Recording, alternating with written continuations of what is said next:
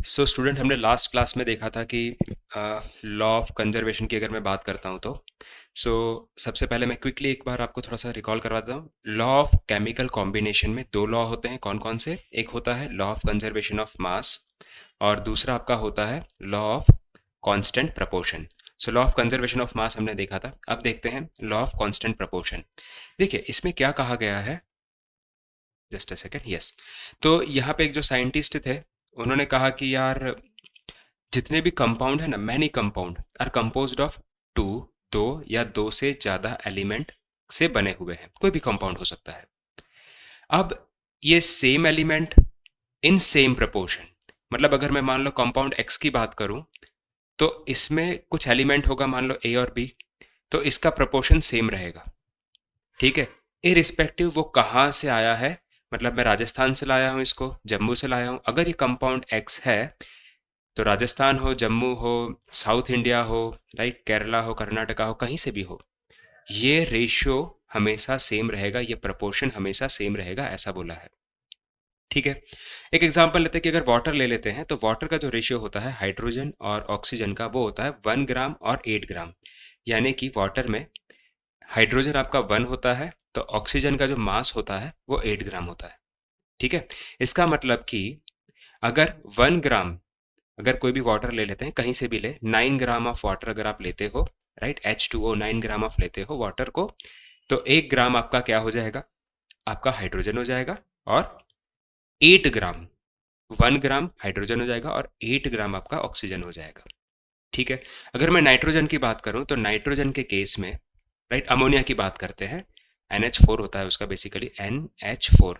Ammonia की अगर मैं बात करता हूं तो नाइट्रोजन का जो वेट होगा यानी मास होगा वो 14 होगा, जैसा कि यहाँ पे देके रखा हुआ है। तो हाइड्रोजन का 3 होगा। ये नंबर पे मत जाना NH4 क्या लिखा है, अभी के लिए मत जाना, कंफ्यूज हो जाओगे अननेसेसरी। मतलब अमोनिया के अंदर हाइड्रोजन का मास 3 ग्राम और नाइट्रोजन का मास 14 ग्राम होगा। तो टोटल ये अमोनिया का जो ग्राम होगा वो होगा 17 ग्राम। ये समझ में आया?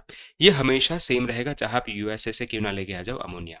ठीक है, इरिस्पेक्टिव ऑफ द सोर्स। तो यहां से एक चीज निकल के आ जाती है कि in a chemical substance element are always present in a definite proportion by mass. So definite proportion कैसे होते हैं? बाय मास होते हैं। अब क्या हुआ कि कुछ साइंटिस्ट प्रॉब्लम फेस कर रहे थे कि यार एक तो प्रॉब्लम हो रही है हमारी लाइफ में। क्या प्रॉब्लम थी उनकी लाइफ में? उनकी लाइफ में ये प्रॉब्लम थी कि इसका अप्रोप्रिएट एक्सप्लेनेशन कैसे दे इस लॉ का। तो डाल्टन भाई साहब हैं, वो आए पिक्चर में, उन्होंने बोला टेंशन काहे ले रहे हो, हम है ना। तो उन्होंने एक बेसिक थियरी दी। ठीक है, किसकी basic theory the? Basic theory the nature of matter की, कि भाई साहब हम बेसिक थियरी देते हैं, ये लो पकड़ो, ले लो थियरी। ठीक है, तो डाल्टन भाई साहब ने ये बोला कि जो भी मैटर है वो डिविजिबिलिटी के कॉन्सेप्ट पे काम करता है। मतलब कोई भी मैटर छोटे छोटे पार्टों से बना हुआ है। So pick up the idea of divisibility of the matter, कि उसको छोटे छोटे पार्ट में आप तोड़ दो तो आपको पता चल जाएगा। अब हुआ कुछ ऐसा कि ठीक है, उन्होंने एटम की थियरी भी दी डाल्टन ने। ठीक है, उन्होंने उस छोटे से पार्ट को नाम दे दिया एटम। यहाँ पे this theory is based upon the law of chemical combination. ये जो भी थियरी थी डाल्टन की, वो लॉ ऑफ केमिकल कॉम्बिनेशन पे डिपेंडेंट थी। सो डाल्टन्स ने क्या किया? डाल्टन्स ने एक एटॉमिक थियरी दिया, सबसे पहले एटम के बारे में बात करी है। उसमें उन्होंने प्रोवाइड एक्सप्लेनेशन दिया किस चीज का?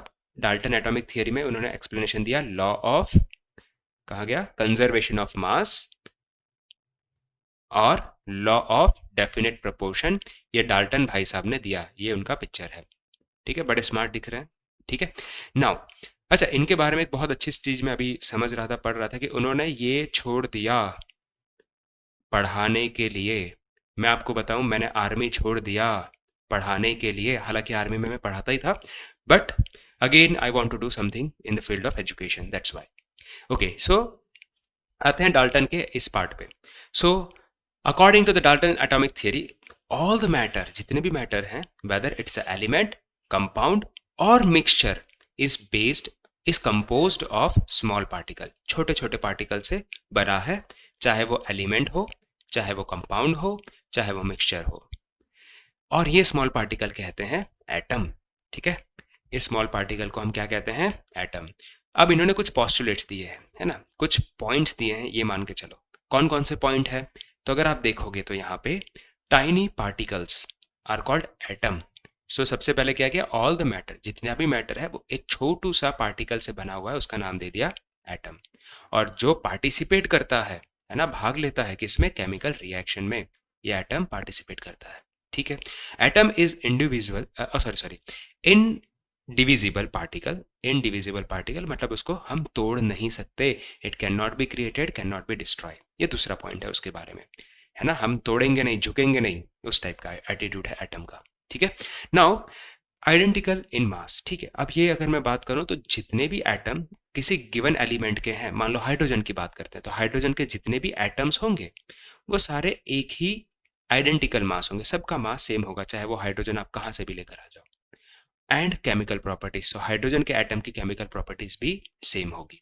ठीक है, now atom is different element, atom of different element have a different masses, यानी हाइड्रोजन का जो एटम है उसका मास अलग होगा और ऑक्सीजन का जो एटम है उसका मास अलग होगा, उसकी केमिकल प्रॉपर्टीज भी अलग अलग होगी। यानी ये दो पॉइंट तो सेम है ऑलमोस्ट, अगर हाइड्रोजन हाइड्रोजन ले रहा हूं तो सबका मास सेम है, हाइड्रोजन और ऑक्सीजन ले रहा हूं तो मास दोनों का डिफरेंट है। ठीक है, राइट। उसके बाद आ जाता है फिफ्थ पोस्टुलेट पे, दैट इज कंबाइनिंग इन क्या बोलता है, atom combined in a ratio of a small whole number to form a compound. मतलब क्या करते हैं, ये दोनों कंबाइन होते हैं ताकि एक कंपाउंड बना सके। समझ में आया, ये कंबाइन करते हैं ताकि एक कंपाउंड बना सके। वो होल नंबर होता है, ऐसा नहीं कि आधे एटम को मन कर गया तो आधा इसके साथ चिपक जाएगा, ऐसा नहीं होगा, पूरा का पूरा एटम होगा।